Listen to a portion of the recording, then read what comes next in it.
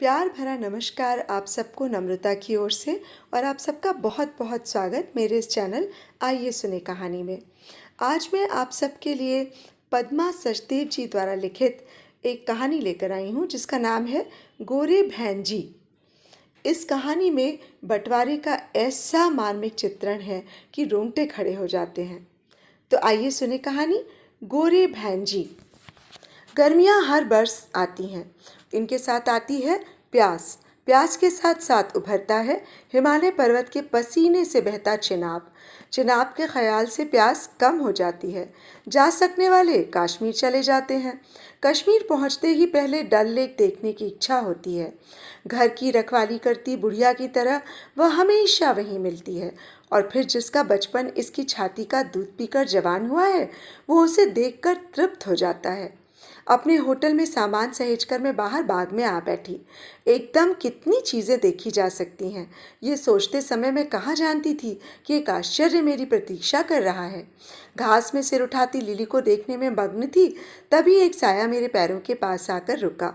एक पत्रवाहक ने एक लिफाफा मुझे पकड़ा दिया। उसके लुटे हुए चेहरे पर अपराध के भाव थे।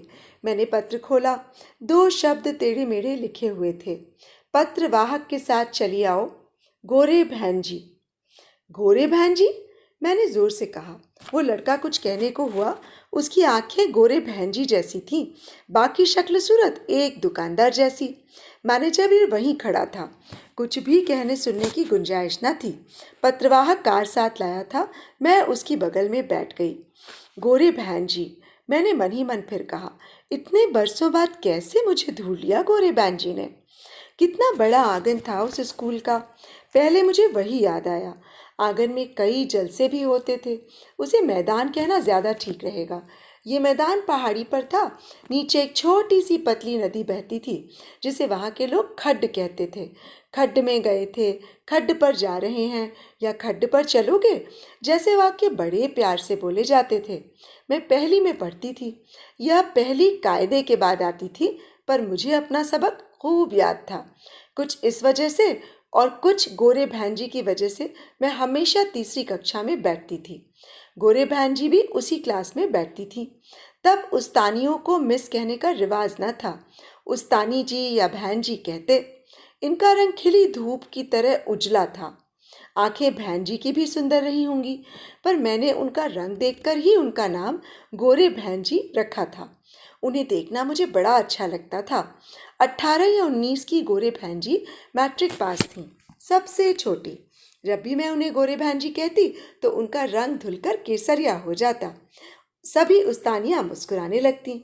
गोरे बहन जी पर मैं लहालोट थी। स्कूल जाना भी उनकी वजह से ही अच्छा लगता था। सुबह होती, सूरज उगता और स्कूल खुल जाता, गोरे बहन जी आ जाते। ये सब तो याद है।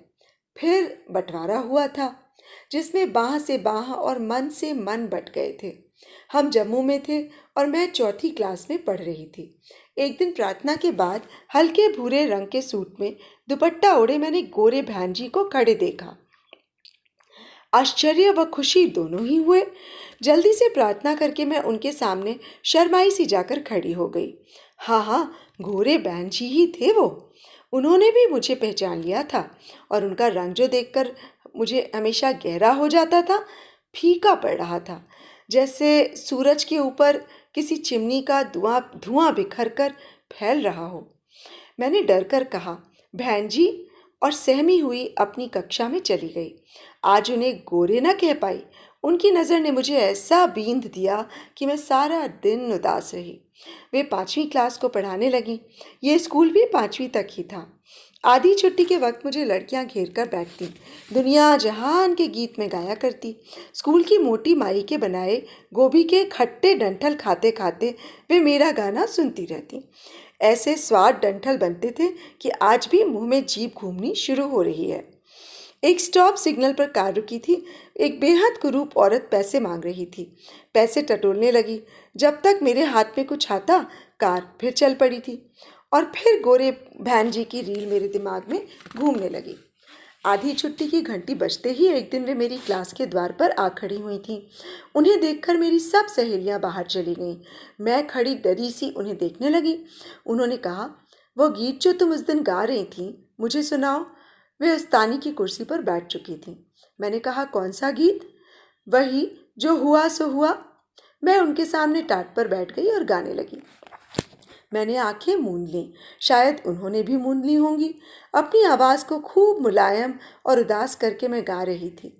ए दिल न मुझसे छुपा, सच बता क्या हुआ, जाने भी दो दिलरुबा, जो हुआ सो हुआ।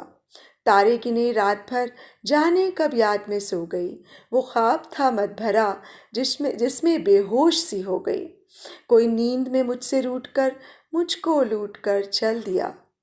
गीत खत्म हुआ तो मैंने उन्हें देखा। उनकी आंखें बंद थी। मैं उठकर चुपचाप कमरे से बाहर निकल आई। फिर यह रोज का काम हो गया। रोज वे आती, यही गीत सुनती।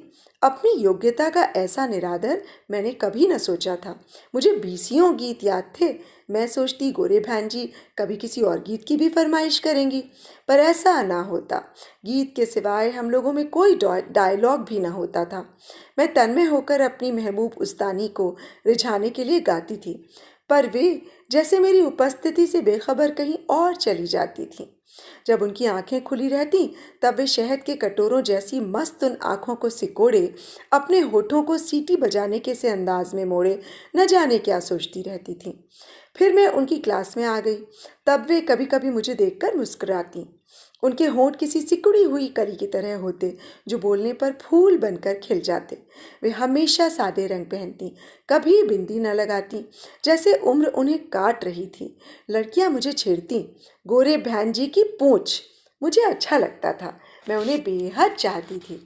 5वीं के बाद मैं दूसरे स्कूल में चली गई और गोरे बहन जी वहीं छूट गई। आज इतने वर्षों बाद मेरे मन के कोने में पड़े बक्से की ताली जैसे मिल गई थी। मन धक धक कर रहा था। कैसी होंगी गोरे बहन जी? यहाँ पर कैसे आ गई?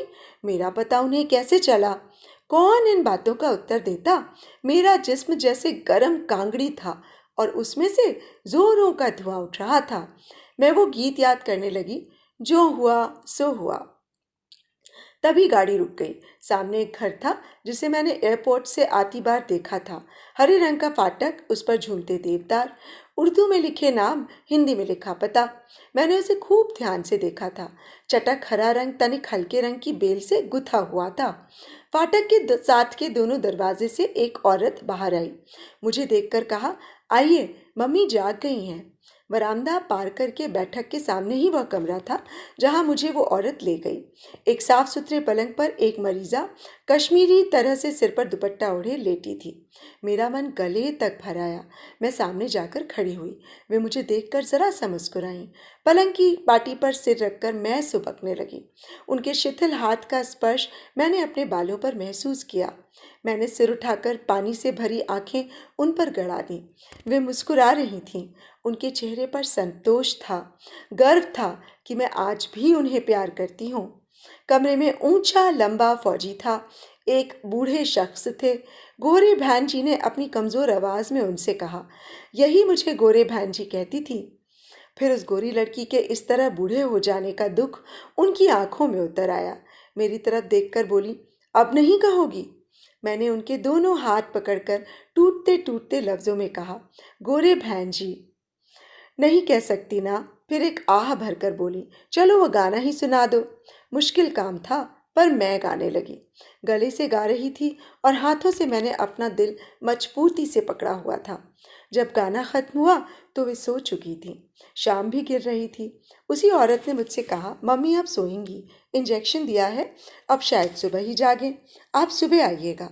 उन्होंने आपके लिए एक लिफाफा रखा हुआ है, उनके तकिए के नीचे है। अगर अभी निकालूं तो वे जाग जाएंगी। मैंने उसे देखा। गोरे बहन जी का नाम तक उसके चेहरे पर ना था। अपने बाप की काइयां सूरत थोड़े मुलायम टप्पे में थी। वही लड़का गाड़ी का दरवाज़ा खोले खड़ा था। मैं उसमें बैठ गई। गोरे बहन जी को देखने के बाद मेरी कल्पना शक्ति बर्फ की तरह पहाड़ी की चोटी पर जैसे जम गई। बस एक वाक्य याद आ रहा था, अब नहीं कह सकोगी? मैं दूसरी तरफ देखकर आंसुओं के घूंट पीने लगी। दूसरे दिन सुबह मेरी रेडियो पर रिकॉर्डिंग थी। वहाँ मशीन खराब हो गई। थोड़ा समय लग गया। मैं वापस होटल पर आई तो वही लड़का बैठा हुआ था। मुझे देखते ही अपनी चाबी को हाथ में लिए वो गाड़ी तक आया। मैं बिना बोले उसकी बगल में जाकर बैठ गई। आज गोरे बहन जी 3-4 तकियों के सहारे बैठी हुई थीं। उनकी बेटी चम्मच से उन्हें कुछ पिला रही थी। उनके चेहरे का रंग कुछ निखरा था, होंठ भीगे भीगे और लाल।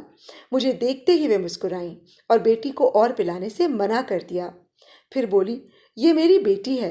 कल जो फौजी खड़ा था मेरा बड़ा बेटा है, फौज में मेजर है। इसकी बीवी तुम्हारी तरह सुंदर है, आज आ जाएगी। वो मेरा छोटा बेटा है, इसकी बहू भी तुम्हारी तरह सुंदर ही लाऊंगी। ये कहकर उन्होंने जोर से आह भरी। उनकी बेटी बोली, माँ आप लेट जाइए, ज्यादा बात करना डॉक्टर ने मना किया है ना। गोरे बहन जी ने उसे उपेक्षा से देखा, लेटकर मेरा हाथ अपने हाथों में ले लिया। उनकी बेटी आहिस्ता से दरवाजा बंद करके जा चुकी थी। गोरे बहन जी कहने लगी, देखो मैंने सारी उम्र जो कमाई की है सब बच्चों के बांट दी, पर एक चीज़ रख ली है, वो सिर्फ तुम्हें दूंगी। तुम मुझे प्यार करती हो। प्यार तो ये भी करते हैं, पर वो चीज़ इन्हें नहीं दे सकती। फिर वे हाँफने लगीं। एक बोझ है जो 40 बरस से ढो रही हूँ, तुम्हें दूंगी तो हल्की हो जाऊंगी। जरा वह गाना फिर से सुना दो। गाना गाते मैं उनकी धौकनी सी चलती सांस में उलझ रही थी, ठीक से न गा पा रही थी। उन्होंने आंखें खोली और तकिया के नीचे से निकालकर एक पैकेट मेरे हाथ में दे दिया। बच्चे का तकिया गिलाफ था जिसमें कुछ कागज़ थे। मुझे गहरे से देखते हुए, जैसे सास अपनी बहू को पहली बार ध्यान से देखती हैं, बोली, किसी को कुछ मत कहना, पर मेरे बेटे इस मेजर को। जुमला पूरा न करके उन्होंने मेरा हाथ हल्का सा दबा दिया। उनकी आंखें भर आई थीं। उन्होंने घूंट भरा और निढाल हो गईं। मैंने उनके हाथों को धीरे से सहलाया। वे मुस्कुराईं। मैंने बड़े प्यार से भर्राई आवाज में कहा, गोरे बहन जी। उनके चेहरे पर एक मुस्कुराहट और अतीत का दर्द फैल गया। वे धीरे धीरे सो गईं। मैं उनका हाथ अपने हाथों में से वैसे ही छुड़ाकर उठ खड़ी हुई जैसे अपने बेटी के सो जाने पर धीरे से उसे अपनी छाती से अलग करती हूँ। कोई बात किए बगैर मैं कार में बैठ गई। उनकी बेटी मुझे निहार रही थी। एक रहस्य था जो मैं जान सकती थी। उसे खूब जिज्ञासा थी। उनका बेटा मुझे होटल तक छोड़ाया। मैं कश्मीर में राहत ढूंढने आई थी। अतीत का दर्द झोली में पड़ गया। न जाने इस लिफाफे में क्या होगा। डर सा लगने लगा। 5-6 बरस की वो लड़की भी याद आई जो गोरे बहन जी की दीवानी थी। सारा दिन उनकी क्लास में बैठी रहती थी। शहर में मेरे पिताजी का इतना सम्मान था कि कोई कुछ न कहता था। फिर अपना सारा सबक मुझे याद था। मैंने पैकेट को कंबल के भीतर कर लिया। दोनों हाथों से उसे पकड़कर सो गई, जैसे बच्चा अपनी माँ का आंचल पकड़कर सोता है ना, वैसे ही। 4 बजे चाय लेकर बैरा आ गया। उसकी ठक ठक से उठी तो वो कहने लगा, मेम साहब आपने तो नाश्ता नहीं किया, खाना नहीं खाया। हम आपके लिए चीज़ टोस्ट लाया है, अब खा लो। मैंने कहा, अब्दुल शुक्रिया, मुझे अब भूख की भी याद आ रही है। उसने पूछा, वो मीम साहब कैसा है, आपका कौन है? मैंने कहा, पता नहीं अब्दुल वो कैसा है, पर मेरा वो बहुत कुछ लगता है। होठों के द्वार खुलने पर राहत सी महसूस हुई। मैंने चाय ढालकर लिफाफा खोला। अब मैं अकेली ना रही थी। किसी गवाह की मौजूदगी में ही पढ़ना चाहिए था। किसी बच्चे का तकिया गिलाफ था जिस पर उर्दू में लिखा था, उम्र दराज। मैंने उसे गोद में फैला लिया। उसी पर कागज़ों से छिटक कर केसर की कुछ सूखी पत्तियां गिर गईं और केसरिया बयार मेरे नथुनों में घुस आई। मैंने उन्हें गोद में रखा। मेरी आंखें भर आईं। चाय की प्याली में एक बूंद आंसू की टप से गिरी, तो भी मैं चाय पीती रही और उसे पढ़ने की हिम्मत जुटाती रही। पता नहीं कब का लिखा वह पत्र था या वक्तव्य, मालूम नहीं, पर पहले ही जुमले से लगा सिर्फ मेरे लिए है, बगैर किसी संबोधन के शुरू होता था। उन दिनों जब तुम मुझे गोरे बहन जी कहती थी और मैं लाल हो जाती थी, तब तुम कहाँ जानती थी मेरी मंगनी की बात चल रही है। बड़े मीठे मीठे दिन थे। उस दिन जब कहर टूटा, मेरे माँ बाप उसी सिलसिले में मेरी बात करने मामा के घर गए हुए थे। बंटवारे की बातें तो हर रोज़ होती थीं, पर वे इतनी खूनी होंगी ये कोई नहीं जानता था। माँ बाप उस झगड़े के शुरू होने से पहले ही बेटी के टंटे से भी मुक्त हो जाना चाहते थे। हमारी दुकान थी, भाई वहीं पर था, घर में मैं और भाभी थे। दरवाज़ा न खोलने की सख्त हिदायत थी। हम दोनों थोड़ी सी डरी हुई आंगन में चारपाई पर बैठी सरसों का साग चुन रही थी। भाभी पहले से थोड़ी भर गई थी, उसका पाँव भारी जो था, पर इसका ज़्यादा जिक्र ना होता था। पता नहीं यह बच्चा किस माहौल में आँख खोलेगा। तभी कहीं दूर से शोर सुनाई दिया, बिफरे हुए कई साड़ों के लड़ने जैसी आवाज़ें। हम भयभीत होकर एक दूसरे का मुंह देखने लगी। हमारे साथ का घर मुसलमानों का था। हमारे और उनके आंगन की दीवार में एक छोटी सी खिड़की खुलती थी, जिससे आया जाया जा सकता था, पर वो अक्सर बंद ही रहती थी। अपने आंगन में मैंने एक परछाई झुकी हुई देखी। ये हमीदा था, हमारे पड़ोसी का लड़का। बचपन में ईद के दिन एक बार उसने अपने कटोरे से मुझे सेवइयाँ खिलाई थीं, तो अम्मा ने खूब पीटा था। सेवइयाँ उनके घर से अब भी आती थीं। हमीदा की अम्मी बड़ी सुंदर रकाबी में ढककर सेवइयाँ भेजती। मेरी माँ के सिवा हम सब खाते थे, और हर ईद को हमीदा पूछता था, तुमने सेवइयाँ खाई अमीना? मेरा नाम मीना था, पर वह और उसकी अम्मी हमेशा मुझे अमीना कहते थे। मैं शर्म से लाल हो जाती थी। इसी से कभी कभी मेरी माँ मुझे लाली भी कहती थी। मैंने ऊपर देखा, हमीदा उचक कर कहीं देख रहा था। शोर बढ़ चला था। मैं और भाभी भीतर चले आए। भाभी का रंग सफ़ेद पड़ चुका था। मेरा भी रंग उड़ गया था, क्योंकि भाभी बड़ी हैरत से मुझे देख रही थी। शोर अब हमारे मोहल्ले में आ रहा था। दरवाजे पर ज़ोर से ठक ठक हुई। मैं भाभी के संग लिपट गई। उसने कहा आओ, और आंगन में भाग कर कुएं में छलांग लगा दी। ये कुआं दादा ने मेरी माँ की शादी होने पर आंगन के एक कोने में खुदवाया था, ताकि माँ को नहाने खड्ड पर न जाना पड़े। पता नहीं नियति उनके घर की इज्जत को ही बचाने के लिए ये कुआं खुदवा रही थी। जब तक मैं भी कुएं में छलांग लगाती, हमारे आंगनों के बीच की खिड़की से आकर हमीदा ने मुझे पकड़ लिया था। मरने वाला बेखौफ हो जाता है। मुझे किसी भी चीज़ का डर न था। मैं मौत को जीत चुकी थी। तभी हमीदा की अम्मी ने मेरा दुपट्टा कुएं पर फेंका और मुझे अपने आंगन में ले आई। मुझे याद है, हमीदा खिड़की बंद करके लोहे की सांकल कील से बंद कर रहा था। तभी हमारे घर आंगन में हमारा रखवाला बड़ा सा दरवाज़ा धड़ाम से गिर पड़ा था। उसी की लाश पर से हमलावर भीतर आ गए थे।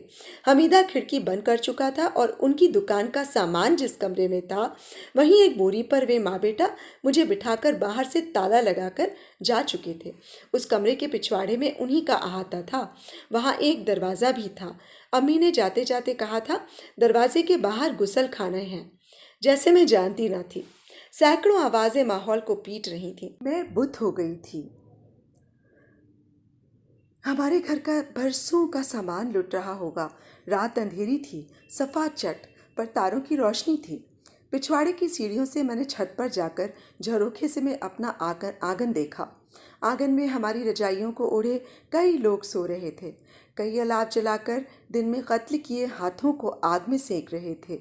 आंगन में मेरी गुड़ियों की पिटारी खुली पड़ी हुई थी। उसमें से एक गुड़िया औंधी पड़ी थी, जिस पर आंगन में टहलते एक हमलावर का पांव बार बार पड़ रहा था। जब पांव उस पर पड़ने को होता, मेरी सांस रुक जाती और मैं थोड़ी देर के लिए मर जाती। वहाँ पास ही वह कुआं था, जहाँ से कल तक मेरी भाभी की लाश ऊपर उठकर आ सकती थी। मैं काफ़ी देर वहाँ बैठी रही। मुड़ी तो सामने हमीदा खड़ा था। उसने वापस आने का इशारा किया। मैंने देखा, आसमान में धुएं के कई गुबार घरों में से निकलकर आसमान से पनाह मांग रहे थे। उसी कमरे में 2 रोटी, सालन और पानी का ग्लास लिए अम्मी बैठी थीं। उन्होंने मेरे सिर पर हाथ फेरा तो मैं रो पड़ी। उन्होंने हस्बे मामूल कहा, आमीना, अब तुम मेरी बेटी हो। इंशाअल्लाह धुआं बैठते ही हमीदा से मैं तुम्हारा निकाह पढ़वा दूंगी, पर कुछ दिन तुम्हें यहीं काटने पड़ेंगे। हमीदा के अब्बा मौलवी से बात कर लेंगे। मौलवी साहब उनके पुराने दोस्त हैं, पर अभी कुछ दिन तुम्हारी भनक भी किसी को न लगनी चाहिए। जब तक लुटेरे शहर खाली नहीं करते, हर किसी को खतरा है। अभी तक तो सब समझ रहे हैं कि तुम भी कुएं में डूब गई हो, पर कल जब से तुम्हारी भाभी की लाश ऊपर आएगी तो बखेड़ा होगा। इसीलिए हमीदा के अब्बा से कहा है कि कुएं को पाट देना चाहिए। अब देखो। थोड़ी देर बाद हमीदा वहाँ छोटी चारपाई और बिस्तर रख गया था। रजाई देखते ही मुझे ज़बरदस्त ठंड लगी और उन लोगों के जाते ही मैं दुबक कर सो गई। दूसरे दिन मैंने सुना सामने के टीले से मिट्टी लाकर कुआं पाटने का काम शुरू हो चुका था। मेरी भाभी और उसका बच्चा उसी में सो रहे थे, बेआवाज़। फिर कई दिन गुजर गए। अब हमारे आंगन में एक हंसता खेलता परिवार धूप सेकने लगा था। कभी कभी मैं झरोखे से झांकती। पटे हुए कुएं पर उनके घर की बहू ने मेहंदी और चमेली के पौधे लगाए थे। फिर कब एक दिन मौलवी साहब मुझे कलमा पढ़वाकर आमीना कर गए। कब 2 बच्चे हुए, कब मैं आमीना दुल्हन हुई, पता ही न चला। हमीदा मुझे बेहद चाहता था। उसकी चाहत ने सारे दुख भुला दिए थे। मैं सुखी थी, घर भर की आंख का तारा। पर तभी मेरी दुनिया जो पाँव पाँव चल रही थी उजड़ गई। सुना हिंदुस्तान से लोग ट्रकों में आकर अपनी बहू बेटियों को ले जा रहे हैं। घर घर में खोजा जा रहा है। मुझे बाहर न जाने की सख्त ताकीद थी। मोहल्ले में तो हर कोई जानता था, पर सबने मुझे अपना मान लिया था। मैं इस दौरान सिर्फ एक बार हमीदा के साथ खड्ड पर गई थी, सो भी बुर्का पहनकर। सबको पता था, पर कोई बोलता न था। फिर पता नहीं कौन बोल पड़ा था। घर में सख्ता छाया हुआ था। हमीदा ने रातों को सोना बंद कर दिया था। कभी नींद लगती थी तो घबरा कर उठ बैठता। फिर मुझे कहता, तुम्हें ले तो नहीं गए? बच्चे भी सहमे हुए से रहने लगे थे। घर में जो कुछ था, जो उनको भी डरा गया था। फिर एक दिन अब्बू बाहर से आए थे। दरवाजे की चौखट से लगकर फूट फूट रो पड़े थे। रोते हुए अपनी मध्यम आवाज़ में उन्होंने कहा था, नहीं बचा सका, मैं अपनी हमीदा की दुल्हन को नहीं बचा सका। इसे जाना ही होगा। बस सुबह तक की मोहलत मांगी है। सवेरे 8 बजे ट्रक आ जाएगा अमीना बी को लेने के लिए। ये कहकर अब्बू ने अपने कमरे का दरवाज़ा बंद कर लिया था। उस रात की बात ना कर सकूंगी। मैं कितनी बार मरी, कितनी बार जी, पता नहीं। दोनों बच्चे मेरे कलेजे से लगे थे और उनके अब्बा मेरे कदमों में रो रहे थे। सवेरे पाखाने का लोटा लेकर निकली थी।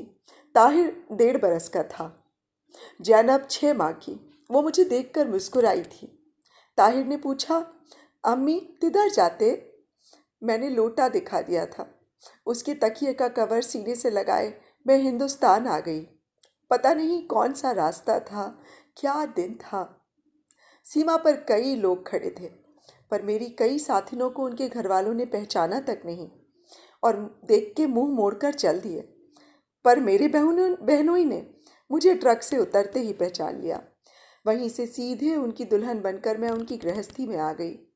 कई दिन समझ ही ना आया क्या हुआ है। इन्होंने समझा मैं स्कूल में पढ़ाऊंगी तो दिल और होगा। तभी मैं तुम्हारे स्कूल में आ गई थी। मैं मन से मुर्दा औरत अपने मामा की स्वर्गीय बेटी की गृहस्थी में जोत दी गई थी। पर ताहिर और जैनब कभी मेरे कलेजे से अलग नहीं हुए। उनका ना कोई पता आया, ना मैं कोशिश कर पाई ये जानने की कि मेरे बच्चे हैं कहाँ। कहाँ है मेरा पहलोठी का लाल, जिसके पैदा होने पर उसकी दादी ने मुझे मोहरों का हार दिया था। मेरा मेजर बेटा जब भी जंग पर जाता है, मैं हर बार उसे बुलाकर कहना चाहती हूँ, पाकिस्तान में तुम्हारी सगी बहन है, सगा बड़ा भाई है मेजर, उन पर गोली नहीं चलाना। इतने दिन कोशिश करके भी मैं उसे ये नहीं बता पाई हूँ ये जंग क्यों होती है। उसे कहना जंग ना करे। जंग में माँ जाए भी मर जाते हैं। कह दोगी ना? मैंने लिफाफा जोर से हाथ में भींच लिया और कंबल में दुबक गई। जैसे बंटवारे के दिनों में रात के सन्नाटे के वक्त घरों के भीतर से होकर गुजरती सर्चलाइट से बचती हुई मैं एक अंधेरी दुनिया में सांस रोके दुबक जाती। तो ये थी आज की कहानी गोरे बहन जी। आप सबको कैसी लगी मुझे कमेंट बॉक्स में ज़रूर लिखकर बताइएगा। और अगर आपको मेरा चैनल पसंद आता है, मेरी कहानी सुनाने का ढंग पसंद आता है, तो प्लीज़ उसे सब्सक्राइब, लाइक और कमेंट भी कीजिएगा। और हाँ, बेल आइकन दबाना मत भूलिएगा। तो कल के लिए इजाज़त दीजिए। कल फिर मैं एक नई कहानी के साथ आपके सामने हाजिर होंगी। नमस्कार।